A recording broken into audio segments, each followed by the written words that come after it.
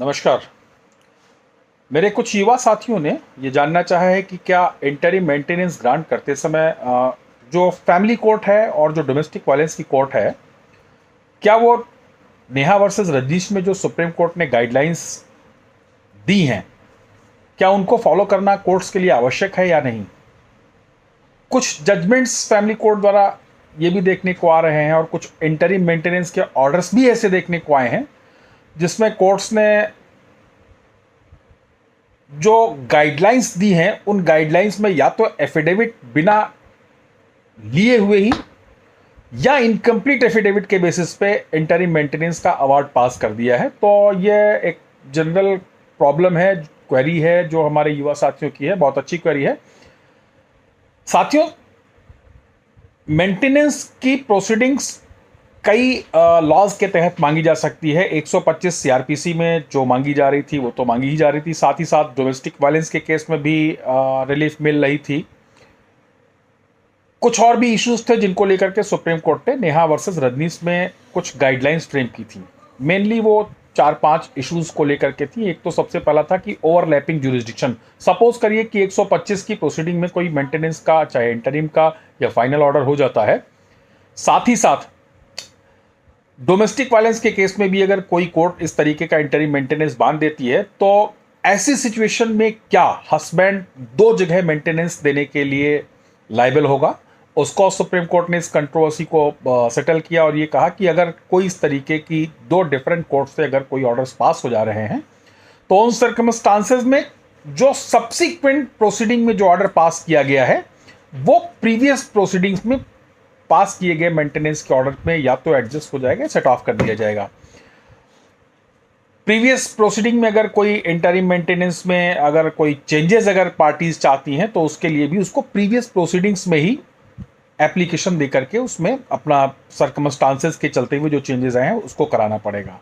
Interim maintenance एक ऐसा provision है जिसको कोर्ट्स अक्सर ये कह देती हैं कि जो नेहा वर्सेस रजनीश का जो सुप्रीम कोर्ट का जजमेंट है उसमें इंटरिम मेंटेनेंस देने के लिए उस लाइबिलिटीज और असेट्स के एफिडेविट की रिक्वायरमेंट नहीं है। साथियों, ये बिल्कुल ही misconception of the law laid down by the Supreme Court है।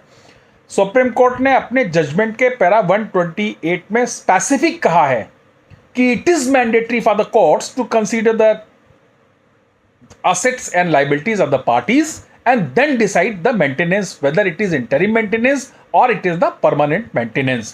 तो जो ये क्वेश्चन देखने को आ रहा है और जो आप लोगों ने भी किया और जो कोर्ट्स के ऑर्डर्स में भी देखने को आ रहा है, कभी कभी कोर्ट से जब कहा जाता है कि साहब इसमें नेहा रजनीश का एफिडेविट नहीं फाइल किया गया है, तो कभी कभी कुछ कोर्ट्स भी कह देती हैं कि it will be taken at the time of deciding the final order.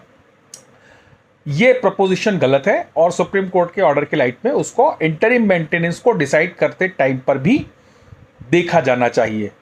दूसरी चीज जो इसके बाद जो सुप्रीम कोर्ट ने उस जजमेंट में कहा वो ये कहा कि इंटरिम मेंटेनेंस या परमानेंट मेंटेनेंस अवार्ड करते टाइम जो क्राइटेरिया होगा वो subject to the assets and liabilities declared by the parties and assessing those assets and liabilities, इसके असेसमेंट के बाद ही कोई भी ऑर्डर पास किया जा सकता है। इंटरिम मेंटेनेंस या फाइनल मेंटेनेंस होगा वो from the date of application से पास किया जाएगा। कई बार ऐसा होता है कि इंटरिम मेंटेनेंस के प्रोसीडिंग्स के लिए केस फाइल कर दिया जाता है, लेकिन उसमें इंटरिम मेंटेनेंस की एप्लीकेशन बाद में आती है। तो कुछ साथियों ने मुझसे पूछा था कि अगर ये सिचुएशन आ जाती है तो क्या interim maintenance from the date of application का मतलब application filed under section 125 CrPC या application filed for the interim maintenance? तो दोस्तों, जो इंटरिम मेंटेनेंस की एप्लीकेशन होगी वो इंटरिम मेंटेनेंस उस डेट से ही अवार्ड किया जाएगा और इसको इस जो भी डिक्री होगी इसको इन्फोर्स कराने के लिए हिंदू मैरिज एक्ट के तहत हम लोग 28A सेक्शन है उसमें हम लोग प्रोसीड कर सकते हैं। डोमेस्टिक वायलेंस की जो केसेस होंगे उसके लिए हम लोग 20G में जा सकते हैं। अदरवाइज 128 सीआरपीसी के तहत ये ऑर्डर्स क्लेम किए जा सकते थे। इसके अलावा सीपीसी में हम लोग इसको एज ए मनी बिल के तरीके से इसको ले सकते हो, सेक्शन 51, 55, 58 रेड विद ऑर्डर 7 के साथ एग्जीक्यूट कराया जा सकता है। तो आई होप कि ये जानकारी आपके लिए लाभकारी होगी और अधिवक्ता साथियों के साथ साथ वादकारियों के लिए भी ये लाभकारी होगी। नमस्कार।